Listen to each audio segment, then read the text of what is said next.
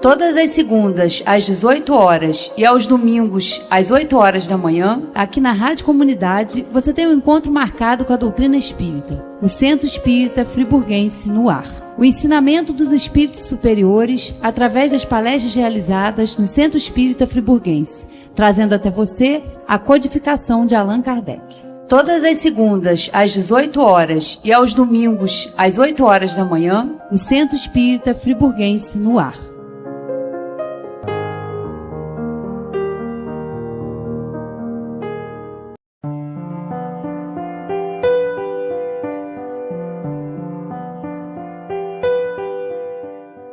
E vamos à nossa prece para passarmos para a Sueli para ela dar sequência aos estudos nessa tarde.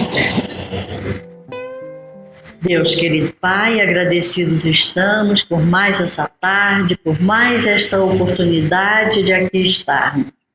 Que essa reunião transcorra em clima de muito aprendizado para todos nós. Obrigada, Senhor. Graças a Deus e que assim seja. Boa tarde para todos nós. Vamos dar sequência à lei do trabalho. Na semana passada, nós paramos aqui nesse slide e fizemos aquele comentário, porque aqui está assim, que nós estamos isentos do trabalho material se a gente já não precisa de trabalhar para sorver o nosso sustento, né? Então as pessoas se aposentam, mas elas não estão desobrigadas de se tornar útil na proporção dos meios que se tem e de aperfeiçoar a sua inteligência ou a dos outros, o que é também um trabalho.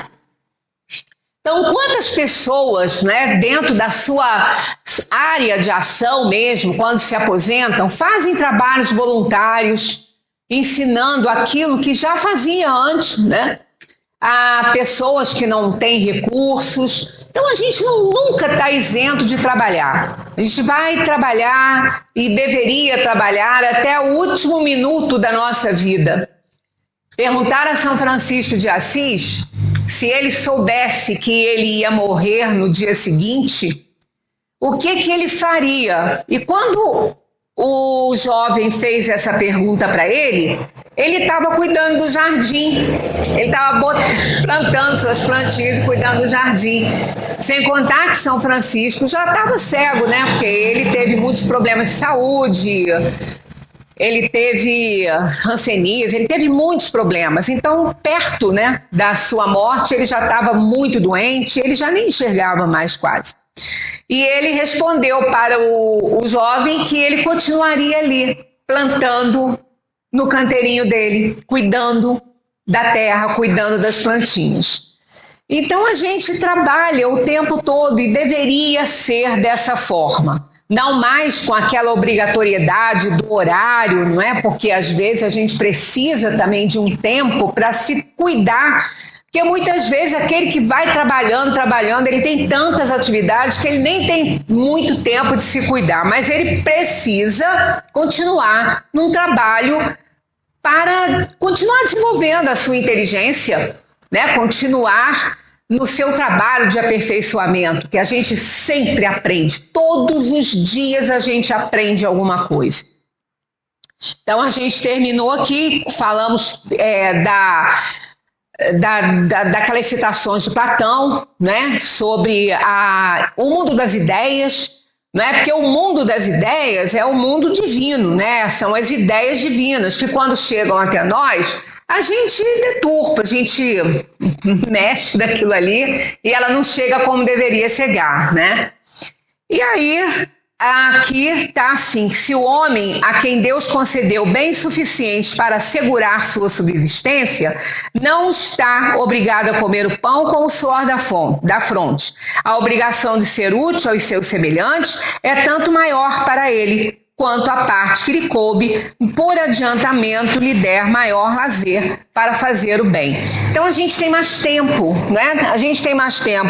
Quando nós estamos criando os nossos filhos, muitas vezes a gente não tem tempo de fazer o que deveria fazer, de dar atenção devida, mas quando a gente se torna avós, nós nos tornamos avós, a gente já tem mais tempo, né, com os nossos netos, e às vezes a gente faz até mais com os nossos netos do que fizemos com os filhos, aqueles que são a quem tem atribuição fora de casa. Então é mais difícil, mas a hora que a gente se aposenta é aquela hora que nós podemos realizar muitas coisas que não podemos realizar durante o tempo que nós tínhamos um trabalho com horário e a gente tinha que vencer tudo aquilo ali.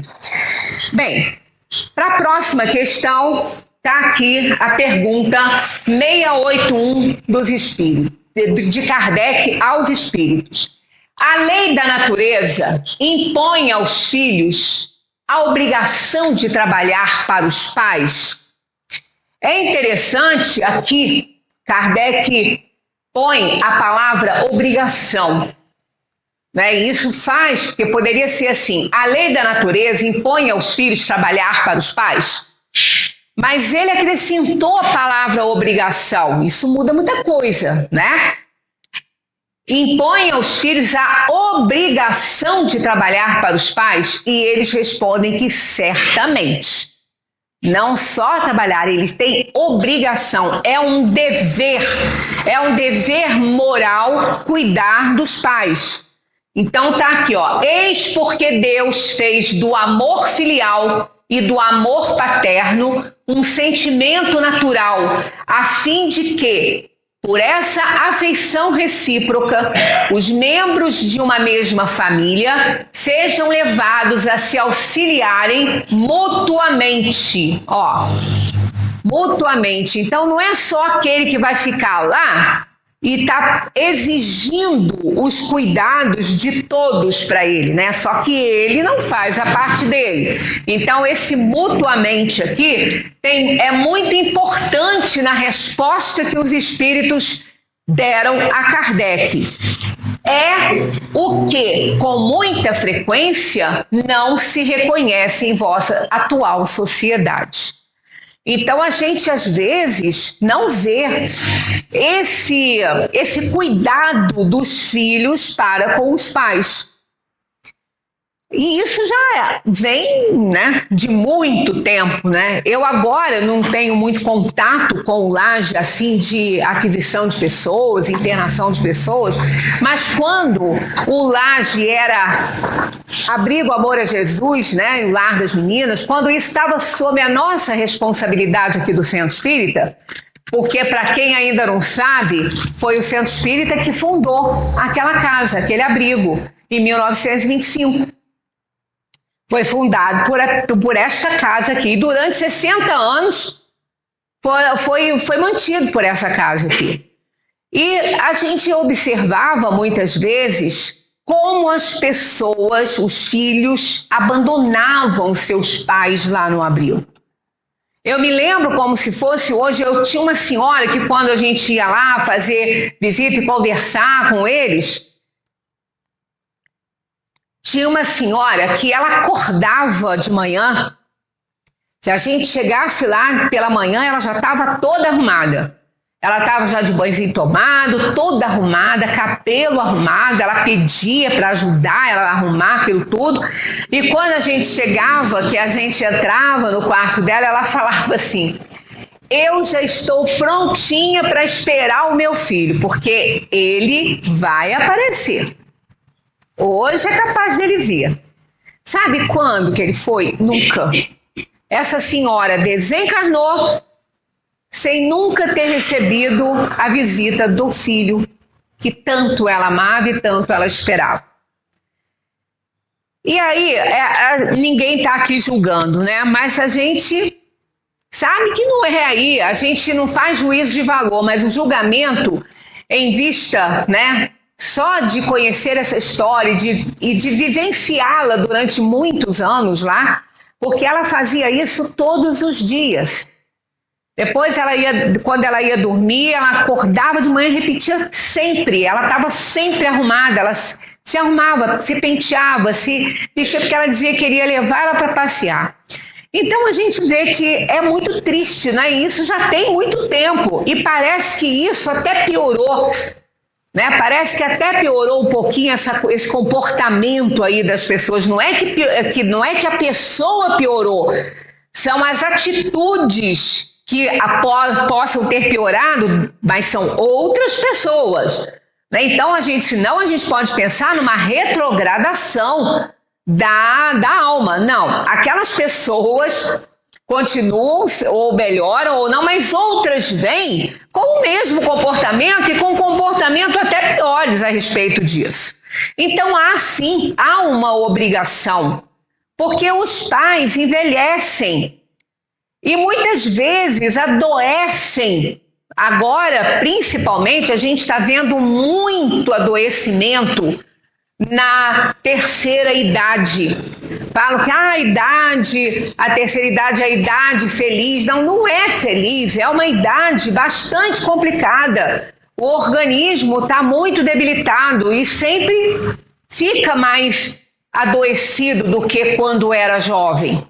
Então a gente está vendo muito isso aí. Às vezes os filhos não dão atenção, né? Às vezes os idosos ficam até sem as medicações necessárias porque os filhos não se importam com isso. E alguns, né? Não são todos, graças a Deus que não são todos. Então é obrigação, sim.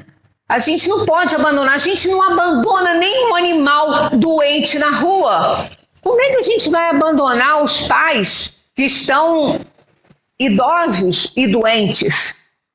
Mesmo que a gente, às vezes, não os possa levar para dentro da nossa casa, porque às vezes eles não têm, isso eu também entendo, porque eu tenho ainda essa amiga, ela foi criada pela avó, e ela é uma pessoa muito bacana, ela amava aquela avó, e aquela avó amava aquela filha, aquela neta, só que ela trabalhava o dia inteiro e ela não ganhava o suficiente para colocar uma pessoa junto da avó, e a avó ficou com Alzheimer.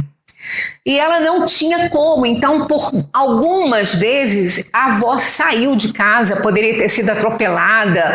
Então ela ainda chorando, ainda falou comigo um dia, falou, eu vou ter que colocá-la ali numa instituição, porque eu tenho medo dela se matar até fazendo algo que não pode, e ela sai, ela pode ser atropelada. Então ela colocou ela na casa dos pobres, ela ficou lá, mas todos os dias essa neta ia lá. Todos os dias ela saía do trabalho, ela ficava lá com ela até chegar a hora dela adormecer. No dia seguinte estava ela lá de novo. Eu sei que tem horários de visita, mas ela conseguiu isso na época. Ela falou assim, eu preciso só ficar com ela, porque ela é o amor da minha vida. Então ela foi para essa instituição, mas ela não foi abandonada lá.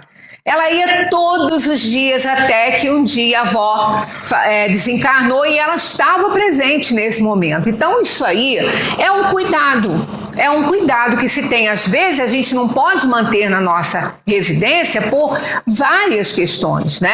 Mas o que não se pode é abandonar aquela pessoa que nos deu a vida ali, que proporcionou a nossa encarnação, né? E agora está precisando. Por outro lado, vamos aqui pensar também por outro lado. Nós que somos pais ou mães, né? Que já entregamos aí a vida para os nossos filhos construírem a história deles, né? Pela idade, pela vida em si, cada um fazendo a sua história. Nós também não podemos achar que tudo que nós fizemos por eles foi uma moeda de troca, né? Agora eu fiz por você, agora você tem que fazer por mim. Não é bem assim que as coisas se tornam, né? Isso aí é horrível também. Aquele pai, aquela mãe que parece que cuidaram dos filhos para que eles cuidem deles na velhice. Que se eles tivessem certeza, uma vez uma até falou isso para mim, se eu tivesse certeza que meu filho não ia cuidar de mim direito, que eu nem tinha cuidado dele também, então ela fez o quê? Não era amor, né? Ela estava negociando, eu vou fazer para depois obter.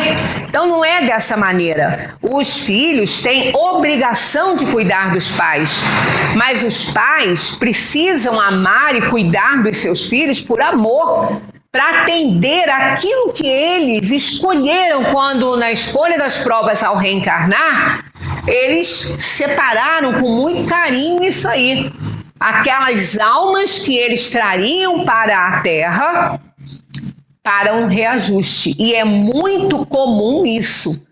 Muitas vezes a gente até, por outro lado também a gente vê isso, aquele pai que às vezes abandona, né, o filho quando se separa da mãe, né, da mulher, abandona o filho e depois fica sozinho aí no mundo. A gente vê aqueles filhos que nem receberam a ajuda e o cuidado e a atenção que deveriam ter recebido, cuidarem desse pai. Isso também aconteceu com uma pessoa muito chegada a mim.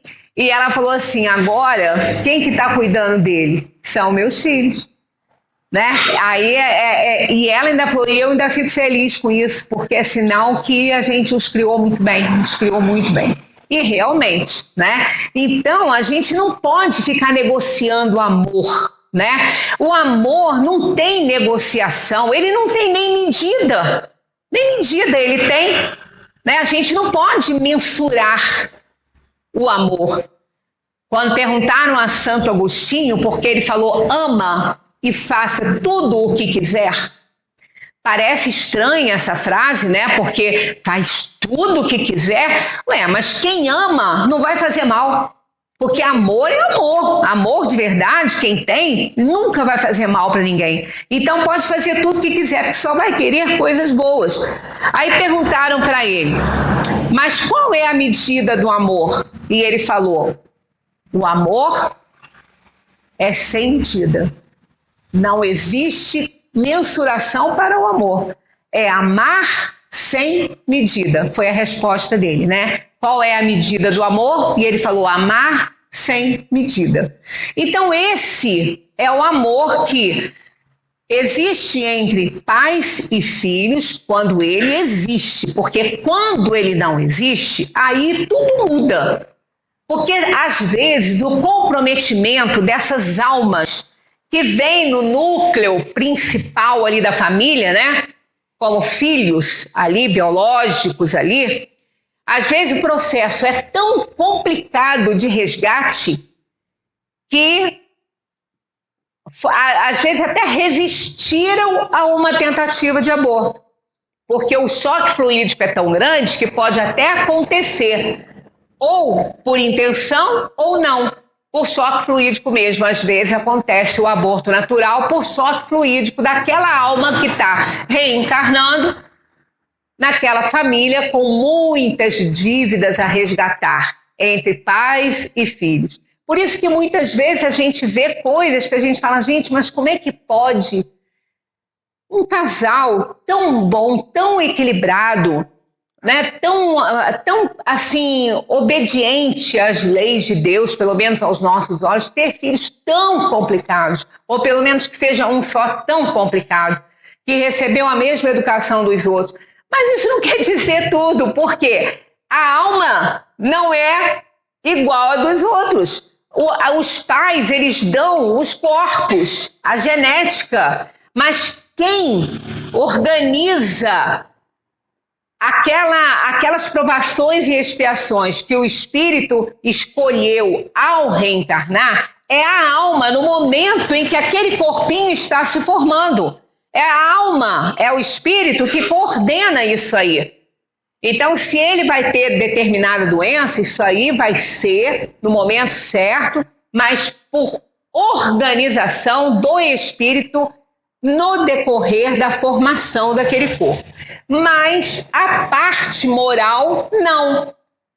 Ele pode prever e colocar ali no corpinho as doenças, os momentos, né, que em determinado momento vai acontecer o desenvolvimento de doença, mas a parte moral a gente não herda. A gente não herda a parte moral. Às vezes se parece com o pai ou com a mãe nessa parte moral aí, por serem espíritos que já vêm juntos há centenas de anos. Pode ser até milênios. Então são almas gêmeas. O que são almas gêmeas? É aquela alma que se apaixona e vai ficar junto eternamente. Nada disso. Partindo até do conceito de gêmeos. O que são gêmeos? Os gêmeos são caracterizados pelo quê? Pela semelhança e tudo. E se forem univitelinos, é tudo igual mesmo. É tudo igualzinho mesmo. Mas nós temos os partos duplos, que são placentas separadas, então eles não são gêmeos, apenas estão vindo juntos. Mas não são gêmeos, eles não são iguais. O gêmeo é igual. Então, quando se diz almas gêmeas, são aquelas almas que são muito iguais em tudo. Na parte moral, pode ser muito inferior e ser gêmeo de outra alma muito inferior. Então, essa ideia de almas gêmeas, ela está nesse sentido. São almas que se parecem muito. São iguais no proceder, na maneira de pensar. E às vezes o filho fica igualzinho ao pai. Mas é porque conviveu. Às vezes nem conviveu tanto. Às vezes nem teve essa convivência tão grande. Mas acontece que são almas que já pensam da mesma maneira e já vem caminhando ali em várias encarnações. E agora nasceu naquela família ali. Então a gente vê que a parte moral, ela não é herdada geneticamente, só a parte física.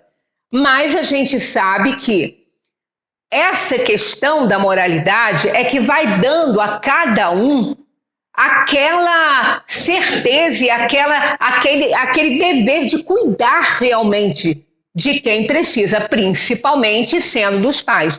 Mas os pais têm sempre que estar conscientes. Não é porque eles criaram e fizeram tudo que eles vão agora cobrar esse amor dos filhos. Esse amor que eles têm que dar é deles, eles que têm que decidir isso. Não são os pais cobrarem isso o tempo inteiro, tornando muitas vezes a vida do filho um tormento. Porque às vezes ele não tem nem condições de dar aquilo que os pais querem. Mas eu te dei tudo. Você é quem você é por minha causa. Olha as cobranças. E a gente vê muito isso. A gente vê bastante isso.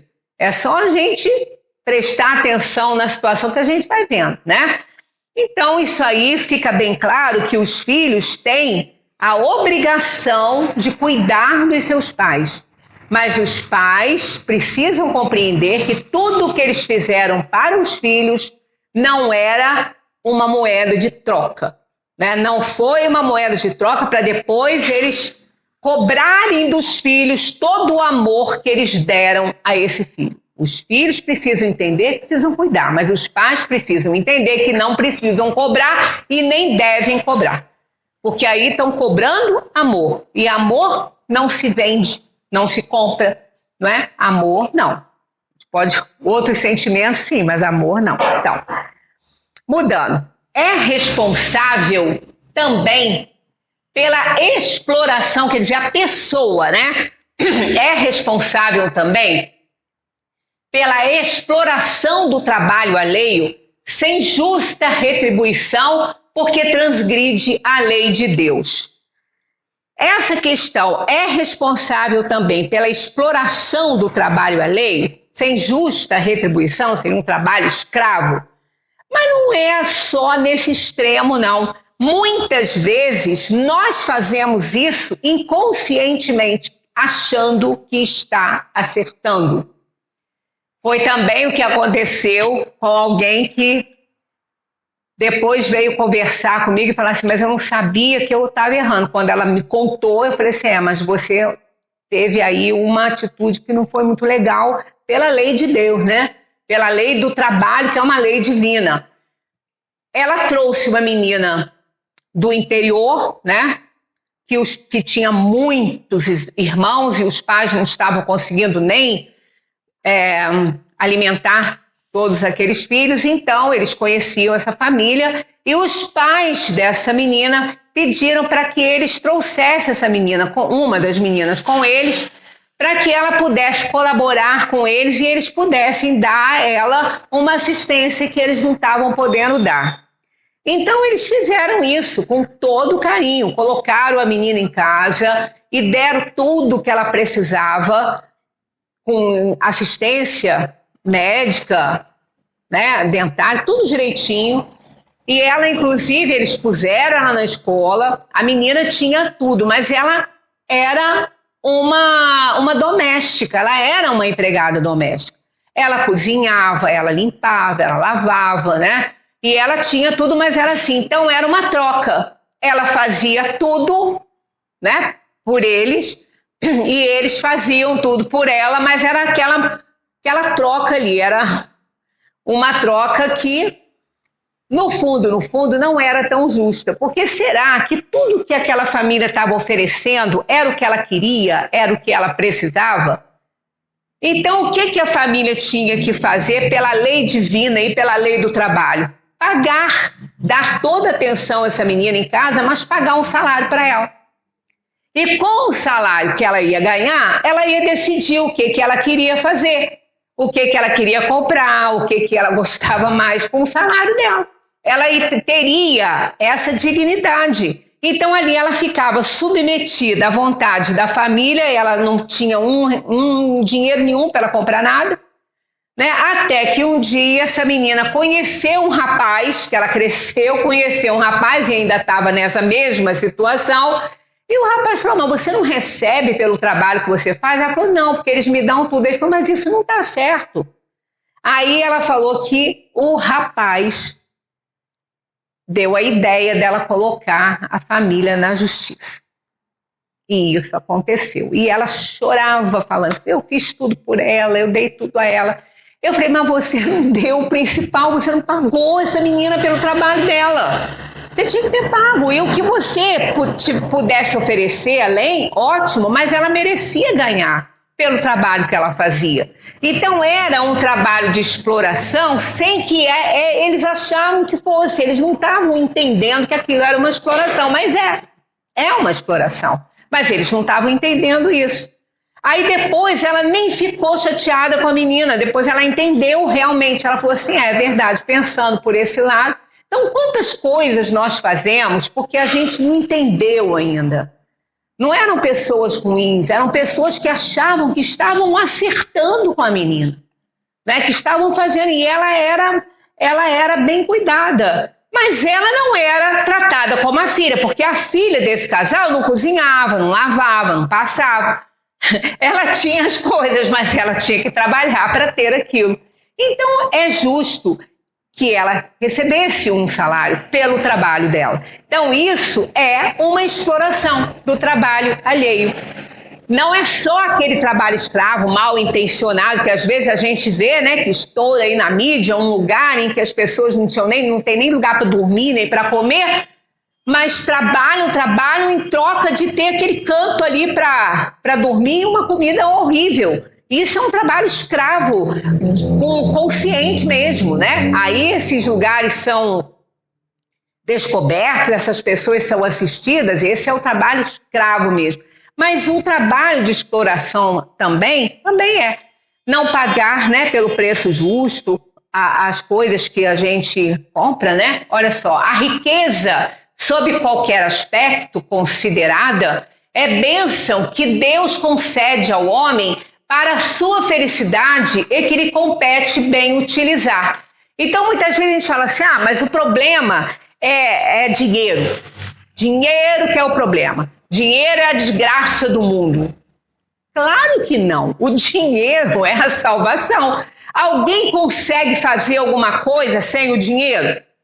Alguém consegue, se não tem um plano de saúde que ele paga por mês, ele consegue uma consulta num consultório aí de graça? Só se aquele médico for trabalhar voluntariamente e atender pessoas num determinado dia de forma gratuita, né?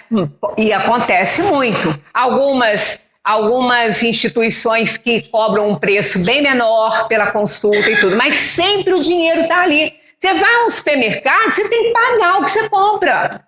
Você vai comprar uma roupa, você tem que pagar pela roupa. Então, dinheiro não é desgraça, dinheiro move o mundo, mas o problema da riqueza, de ter dinheiro, é o emprego que se dá a isso, quando foge daquela questão justa. Isso é que é o grande problema. Eu nunca vi dinheiro pular da carteira de ninguém e matar o outro. Vocês já viram isso acontecer? Não, né? Também não. A própria arma. Não, mas arma, Deus me livre, arma mata. Também nunca vi a arma sair de uma gaveta ou de um armário, sair correndo e atirar no outro. Quem faz isso somos nós. Nós que nos utilizamos desse instrumento para destruir alguma coisa. Né? Da mesma maneira que a gente faz com dinheiro. Dinheiro não mata ninguém. É importante na vida da pessoa. Mas quando a pessoa não sabe usar a riqueza, tem até um ditado que fala, é mais fácil um camelo passar pelo buraco da agulha do que um rico entrar no reino dos céus. Isso ao pé da letra, gente, é horrível. Né? No sentido literal disso aí, é ruim. Se bem que tem que se entender o que a palavra significava naquela época. Porque esse camelo que eles estão falando ali, pode ser o dromedário? Pode, numa interpretação. Mas também, camelo em hebraico, era uma linha cheia de nós.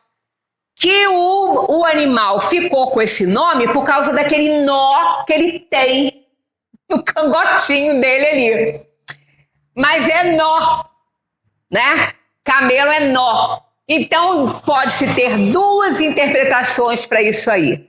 Como que uma linha passa pelo fundo de uma agulha?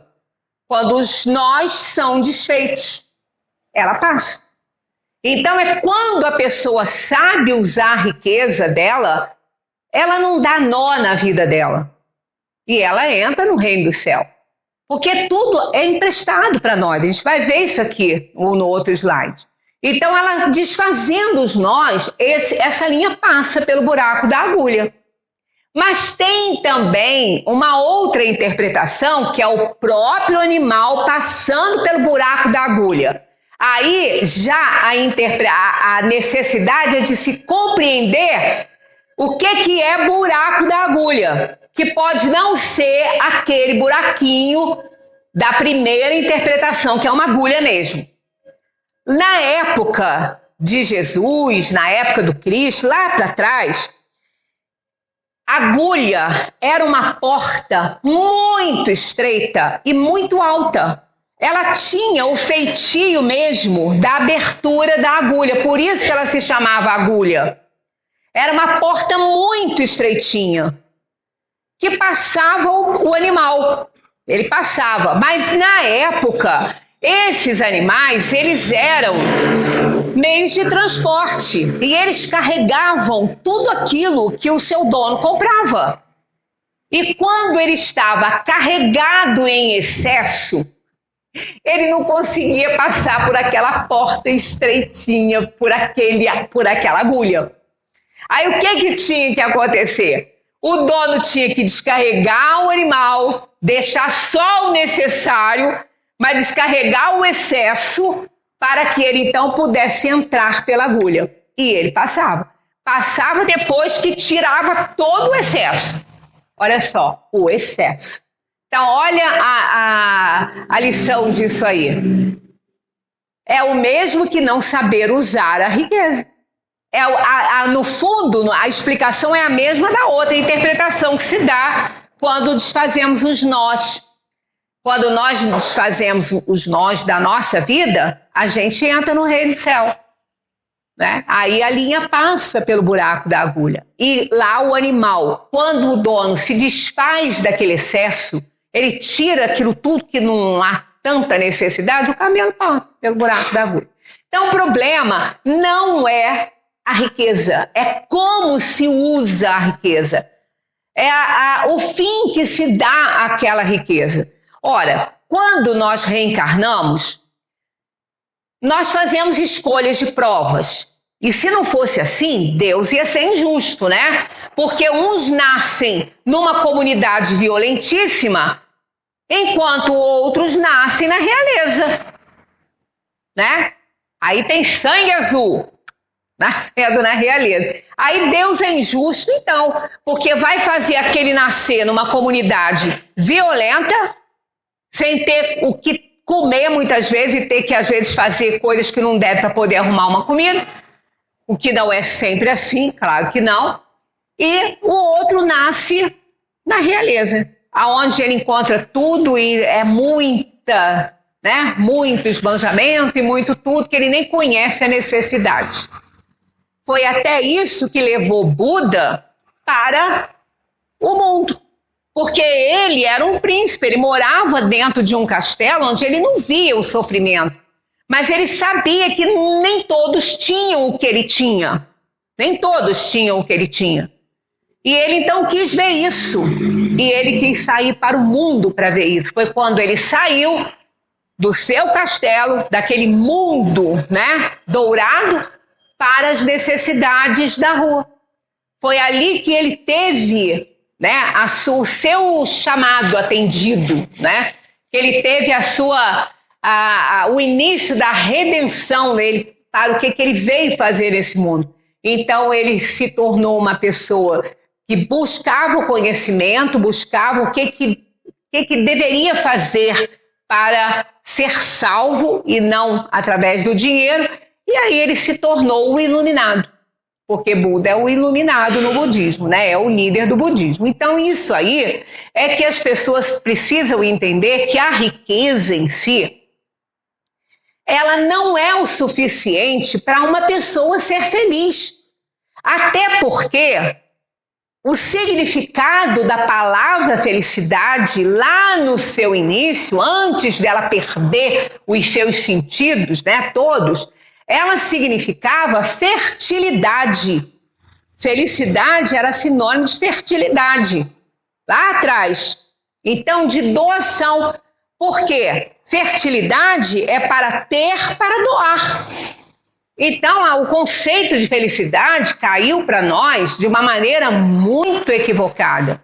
E a gente entende que felicidade é ter tudo que a pessoa pode ter, de conhecer, de absorver, né, todos os bens do mundo. Se fosse assim, todas as pessoas que são muito ricas, elas estariam felizes.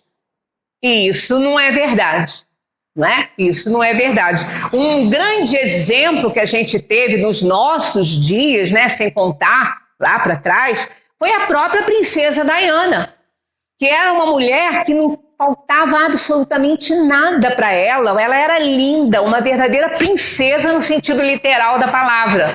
Tinha tudo que podia imaginar, mas ela não tinha o respeito da própria família e o amor de quem ela amava, da própria família. Então ela foi uma pessoa infeliz e ela era cerceada, a vida dela não foi fácil dentro da realeza. E ela tinha todo o dinheiro que ela podia desejar no mundo. E, no entanto, ela era muito infeliz, ela tentou o suicídio várias vezes e acabou, né, por acabar com aquele casamento e morrer daquela maneira trágica, né, que aconteceu. Então ela foi um exemplo de que dinheiro realmente não é sinônimo de felicidade para ninguém. E nem perfeição, né, como ela era, que ela fisicamente ela era belíssima, linda, era uma princesa no sentido real da palavra. E, no entanto, isso não trouxe felicidade para ela. Pelo contrário, né? Então a riqueza, sob qualquer aspecto considerada, é bênção que Deus concede ao homem para a sua felicidade e que lhe compete bem utilizar. Aí, ó, fazendo de que forma? Multiplicando-a, essa riqueza que tem, esse dinheiro que tem, multiplicando-a em dons de misericórdia e progresso a benefício do próximo. Quantas pessoas usam a sua riqueza para auxiliar o próximo? Não é sair distribuindo dinheiro, não. Não é sair oferecendo, dividindo tudo que tem, que esse não é o objetivo, isso aí vai se perder. Porque a pessoa, às vezes, não tem nem condição para receber alguma coisa. O que a gente vê também claramente nisso é quando uma pessoa ganha um dinheiro grande, né? Seja lá numa loteria, muitas vezes ela acaba sem nada, por não ter o mínimo conhecimento para administrar aquilo que ela recebeu, seja de onde for que vem. Então não é esse o objetivo. O objetivo é, com a sua riqueza, você proporcionar ao outro a oportunidade dele ter uma vida digna. Então, como grandes empresários às vezes fazem? Abrem empresas, indústrias, olha quantos empregos essa pessoa oferece ao mundo, né? Aos trabalhadores, quanta coisa boa sai dali. Então ele não está distribuindo dinheiro, mas ele está com o dinheiro proporcionando ao outro um trabalho, né? Uma atividade que ele possa ganhar e sobreviver com conforto, ou melhor, viver com conforto. Então isso ele está usando bem, né? O que ele ganha. Então, muitas vezes a gente vê muito rico, mas às vezes essa pessoa que é tão rica e tem tanto dinheiro, ela às vezes faz as coisas sem trombetear, né? Não saiba a vossa mão direita o que a esquerda faz ou vice-versa, que dá no mesmo. Então, é exatamente isso. Às vezes as pessoas fazem só quando essa pessoa desencarna, é que às vezes aparecem as atividades que ela faz. As pessoas só veem o dinheiro que tem, aí botam um olho enorme naquilo ali, sem saber o que aquela pessoa que tem tanto dinheiro está fazendo por quem não tem. E é muito mais gente fazendo isso que a gente possa imaginar. Tem muito mais gente empregando bem a sua riqueza do que a gente imagina. Não é a maioria, mas é um grande número de pessoas trabalhando, oferecendo ao próximo uma condição melhor de vida com o dinheiro que essas pessoas têm. Continuando, todas as concessões da vida rendem juros conforme a direção e a aplicação que se lhes dê. Então, tudo que nós temos são concessões da vida. Tudo. Olha só, dinheiro, saúde, poder, propriedade, lucidez, inteligência, tudo isso aqui pode nos ser tirado em um segundo, tudo isso, né? Sem contar com a desencarnação, que vai tirar tudo ao mesmo tempo, abruptamente, né? Mas mesmo assim, dinheiro, saúde, poder, propriedade, lucidez, inteligente, são bens, que o espírito recebe como empréstimo. Empréstimo divino para edificar-se e construir a aventura. Então, todos nós, existe uma parábola, né? Que é a parábola, até o nome dela não está me ocorrendo muito bem, mas é uma parábola em que Jesus ensina que nós somos, lembrei, parábola do mordomo infiel. Eu já fiz até uma abordagem sobre isso aqui, porque essa parábola, se a gente não interpretá-la direitinho, a gente acha que Deus está sendo injusto ali. Eu já fiz ela 2 vezes, a nossa amiguinha Magui ali, ela se arrepia com a parábola do mordomo infiel. Mas essa parábola mostra direitinho a situação que nós vivemos no mundo. Somos todos. Porque o que quer dizer mordomo? A gente precisa sempre ir para o significado da palavra, senão a gente não entende as coisas. As pessoas não se importam muito, né? As pessoas não se importam muito com isso. Mas, na verdade, mordomo é administrador. O que é o mordomo numa casa? É aquele que administra a casa. É aquele que cuida dos empregados, que administra os bens da casa. Então, ele não tem nada daquilo ali. Ele não tem aquela casa, ele não tem aqueles empregados, ele não é dono de nada. Mas ele tem aquilo ali como um empréstimo no trabalho dele. Então é como se fosse dele.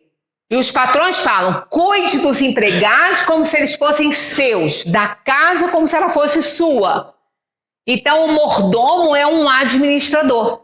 Então nós somos administradores dos bens divinos nesse mundo. A gente não se dá conta disso, mas É assim.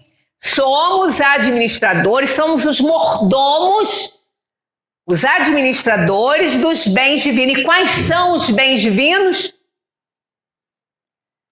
Dinheiro, saúde, poder, propriedade, lucidez, inteligência. São bens que Deus nos dá. Dá não, empresta. Deus nos empresta isso aí.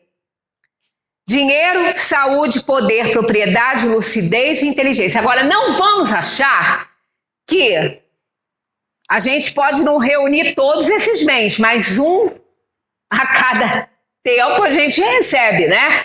Muitas vezes uma pessoa tem muita saúde e não se importa com ela. Não liga. E aquele que tem muita saúde, ele tem vigor, ele tem condições de auxiliar o outro, de fazer acontecer, porque ele tem saúde. Ele pode doar sangue, ele pode fazer um monte de coisa, mas não faz nada. Pela saúde que ele tem, ele fica na dele, né? Propriedade, poder. Gente, poder. Poder, então, quando você tem o poder na mão, você não precisa nem de dinheiro. Se você tiver poder, você não precisa de dinheiro. Claro que o dinheiro gera o poder, mas você pode ter poder e não ter dinheiro. Aí, quanto você pode fazer com o poder que você tem? Você pode influenciar pessoas a auxiliar, a crescer, a ajudar o próximo. Você tendo poder, você pode, tanto que a palavra é essa, poder. Você pode. Quem tem poder, pode. Então, e o que fazemos muitas vezes com o poder? Usamos só para nos beneficiar. Então, a gente se beneficia do próprio poder, mas não esquece dos outros. Então, tá aqui, são bens que o Espírito recebe como empréstimo divino para edificar-se e construir aventura. Mas o que é um empréstimo? A pessoa ganhou aquilo? Alguém me empresta um livro. Ela me deu o livro? Não, ela me emprestou. A qualquer momento ela vem para mim e fala assim, você já leu aquele livro? Eu estava querendo reler, eu queria emprestar, eu tenho que devolver. Então isso aqui é assim também, ó. Esses bens divinos aqui são bens que a gente tem que devolver para Deus. Porque foi só um empréstimo. Então eu devolvo esse dinheiro que eu recebi quando eu multipliquei esse dinheiro. Olha a parábola dos talentos. Quem não tem, muito ainda lhe será tirado. Ele não soube usar, né? Então aquele que ganhou mais, ele multiplicou, aquele vai ganhar mais ainda. Então, quando eu tenho saúde, eu tenho que devolver esse bem a Deus, cuidando da minha saúde, usando a minha saúde para auxiliar os outros. Tudo eu tenho que devolver. Quando a gente partir dessa terra, qualquer um desses bens que a gente tem aqui, a gente tem que devolver. E como é que devolve dinheiro a Deus? Deus precisa de dinheiro? Não, claro que não. Eu devolvo dinheiro a Deus quando eu fui esperta a usar esse bem que ele me deu. Eu multipliquei esse dinheiro, é assim que eu devolvo ele para Deus. Quando eu multipliquei, espalhei ele pelo mundo. Inteligência é a mesma coisa. O que adianta a gente ser portador de uma inteligência se a gente não faz nada com ela? Não ajuda, não oferece nenhuma condição de passar o que sabe para o outro. Não é? Porque o mais importante, o que mais vale é aquele que ensina o que sabe. Porque ele está distribuindo os bens da sua inteligência. Então, tudo que está aqui, nós temos que devolver para Deus nas ações que nós fazemos aqui no mundo.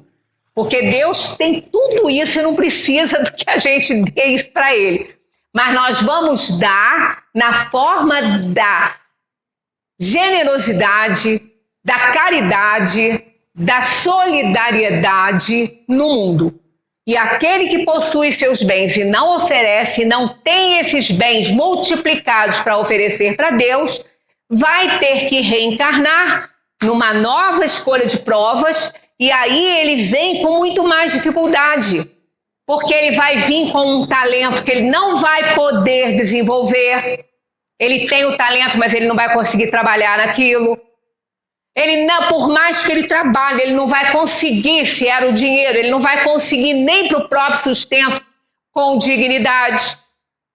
Então é porque nós estamos no resgate, sem dúvida, daquele bem que Deus nos emprestou e que nós não soubemos utilizar.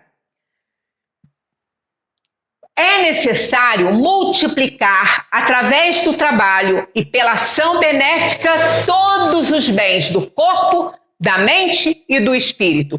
Isso está resumindo aqueles bens todos que estavam lá, bens do corpo, né? A saúde é um bem do corpo. Então, se nós multiplicarmos os bens do corpo, da mente e do espírito, nós estamos no caminho bem certinho para o retorno à pátria dos espíritos. Trabalho é o dínamo gerador do desenvolvimento e estímulo da ordem. Olha que definição legal para trabalho, né? É o dínamo gerador do desenvolvimento e estímulo da ordem. Sem trabalho, a gente não tem desenvolvimento e muito menos estimular a ordem se nós não estamos trabalhando para isso. É a manifestação da sabedoria desde que o esforço se dirija à execução superior, porque tem o trabalho para o mal, né? Tem o trabalho para a inferioridade, tem o trabalho para desgraçar, né? Uma sociedade inteira, dependendo do tamanho do egoísmo e da cobiça e da ganância daquele que dirige, né? Então aí é uma coisa que vai precisar de milênios para corrigir depois. É ao lado da oração, olha o que Rui Barbosa falou que a gente leu lá no início, na outra semana passada, né? É ao lado da oração o mais eficiente antídoto contra o mal. Corrige as imperfeições e disciplina a vontade. Eu me lembro que na tragédia aqui de Friburgo, daquela tragédia, acho que foi 2011, né? Pois é. Uma pessoa que na época trabalhava, assim, me prestava algum serviço, eu ainda falei, ela perdeu tudo e todos. Aí eu ainda falei, fica o tempo que você precisar para você se recuperar, porque eu nem sei se recupera, né? Quando você perde tudo e todos, você tem que ter uma ajuda muito grande e Deus não vai nos desamparar, mas você tem que querer receber essa ajuda. Porque é muito difícil a pessoa se recuperar de uma queda desse tamanho, né? De um tombo desse. Então, mas na semana seguinte estava lá. Aí eu falei assim, mas eu não falei para você se recuperar um pouco, me fortalecer um pouco. Ela falou assim, preciso trabalhar. Porque quando eu trabalho, por alguns momentos, eu sou eu de novo, né? Então, é isso. O trabalho é divino. Quando a gente está trabalhando, a nossa cabeça está ali naquilo que a gente está fazendo. E um trabalhinho que a gente faz para alguém? Né? Quem gosta de realizar coisas. Não há presente maior e melhor nesse mundo do que algo que você faz para outra pessoa. Olha, você botou seu tempo, que há de mais precioso na sua vida, que é seu tempo. Você botou seu tempo, a sua vontade e o seu carinho, porque na hora que você está realizando aquilo ali, você está fazendo o que você acha que a pessoa gosta ou até o que você sabe que a pessoa gosta. Aí você fica pensando na cor que a pessoa gosta. Se for uma coisa de comer, um alimento, uma guloseima, você vai fazer o que aquela pessoa gosta, vai arrumar bonitinho. Olha que coisa maravilhosa que é isso. Imagina quando isso chega na mão da pessoa, a vibração que está ali. A pessoa às vezes não dá essa importância, né? Uma vibração de amor puro. Porque ninguém é obrigado a fazer nada para ninguém para presentear. Então, quando você faz, é porque você deseja, você quer fazer isso. Então, é muito amor que vai ali, é o tempo da pessoa que está indo ali. Se você não sabe fazer nada, senta e conversa com a pessoa ou fica do lado se ela estiver chorando muito e não puder conversar. Porque é tempo seu que você está dando. E quando a gente dá o tempo da gente para alguém, esse é o melhor de todos os presentes. Porque ninguém recupera em tempo. Se você compra uma coisa cara, o dinheiro você recupera. mas o tempo você não recupera. Passou, passou, né? Então ele corrige as imperfeições e disciplina à vontade. A vida é um hino à dinâmica do trabalho. Não há na natureza o ócio, o aparente repouso das coisas traduz a pobreza dos sentidos. A vida se agita em toda parte. O movimento é lei universal em tudo presente. No momento que você bota uma sementinha dentro de um vaso, dentro da terra, aquela sementinha, ela não tem um segundo que ela não trabalhe. Ela não fica parada, estagnada um segundo. Ela vai acontecendo, e aquelas câmeras, muitas vezes, que eles colocam para ver, né? Tanto na terra quanto depois que ela eclodiu acima da terra, a gente vai vendo os segundos, as transformações acontecendo. É o rio que não para de correr, é aquela árvore que não para de dar frutos e flores. Não é? Agora nós estamos entrando no inverno, né? E uma planta ou uma flor que ela não deixa de florescer no inverno é o ipê. Ipê é o ano inteiro. Ipê, ele dá em todas as estações. Tem a lenda do ipê, né? Que Deus, eu não trouxe, mas semana que vem eu talvez não possa, né? Não sei nem se vou estar aqui na terça-feira, porque eu tenho um compromisso. Mas se eu não trouxer na terça, eu trago na outra. Porque essa história, a lenda do ipê é linda, porque foi um presente de Deus para ela, que se ofereceu para o que Deus queria. Ela falou, em troca disso, você vai florescer em todas as estações, todas. Então é lindo, né? Então a gente vê que na natureza, nada, e a natureza, se vocês puderem observar, ela não usufrui de nada que ela faz. A natureza não consome nada que ela nos oferece, né? A árvore não prova do seu fruto, não se embeleza com a sua própria flor, ela já é a beleza em si, né? Então, a sombra que uma árvore nos dá, ela também não se beneficia dessa sombra porque ela está com o sol na olheira, fazendo sombra para a gente. Então, nada na natureza fica parado. E eles não consomem nada que produzem. A própria natureza não consome o que ela produz. E aí é uma lição de vida divina, né? Mostrando que a gente não pode parar e que muitas vezes aquilo que nós fazemos, nós não vamos usufruir. Quem planta um carvalho sabe que não vai ver aquela árvore adulta, porque ela leva muito tempo para crescer, né? Mas a geração que vier vai desfrutar dessa bela árvore, que é uma das mais lindas e maiores que nós temos, né? Então isso é lição de vida. Quando a gente começa a observar a natureza, a gente aprende muito com ela, né? Seja com a natureza mineral, vegetal e animal. A gente precisa observar e aprender com tudo isso. É pelo trabalho que o homem doma as forças cegas da natureza e preserva-se da miséria. É através dele que as civilizações se formam, que o bem-estar e a ciência se difundem. O trabalho é a comunhão dos seres, por ele nos aproximamos uns dos outros, aprendemos a auxiliar e a unir, daí a fraternidade a um passo. Nós nunca nos bastamos, nunca. A gente sempre precisa do outro. Por isso que tem direitos e deveres. Se eu penso só nos meus direitos, eu não vou me importar com os meus deveres e, obviamente, que a outra pessoa não vai ter direitos que ela teria com os deveres que eu realizaria.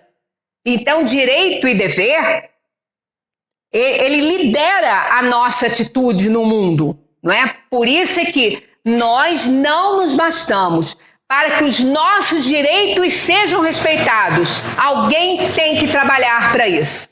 Alguém tem dever a cumprir para que eu tenha os meus direitos preservados. E aí é vice-versa. Então a gente nunca pode parar, né? Porque o trabalho é comunhão dos seres, é um ajudando o outro. Se eu não faço a minha parte para ajudar o outro, eu não vou ter também as minhas necessidades respondidas e correspondidas para que eu possa continuar a minha vida. A vida é a harmonia dos movimentos resultante das trocas incessantes do ser visível e invisível da natureza. Sua manutenção depende da atividade de todos os mundos e de todos os seres. Cada individualidade, na prova como na redenção, como na glória divina, tem uma função definida de trabalho e elevação dos seus próprios valores. Isso aqui é uma realidade na nossa vida. Lei divina, o trabalho rege o universo. Colabora o verme no solo, preparando o ninho adequado às sementes. Contribui o vento, permutando o pólen das flores. Esforça-se a água, purificando a vida física. Serve a árvore, florindo, frutificando e regenerando a atmosfera. Coopera o animal, ajudando nas realizações humanas, suando e morrendo, para que haja vida normal nos domínios da inteligência superior. Então, isso é a grande verdade. Nós precisamos dos outros. Nós não nos bastamos em momento nenhum. O próximo é sempre aquele que nos serve o tempo todo em alguma coisa. Muita paz para todos, que a gente compreenda que nós também temos que servi-lo o tempo todo em alguma coisa. Muita paz.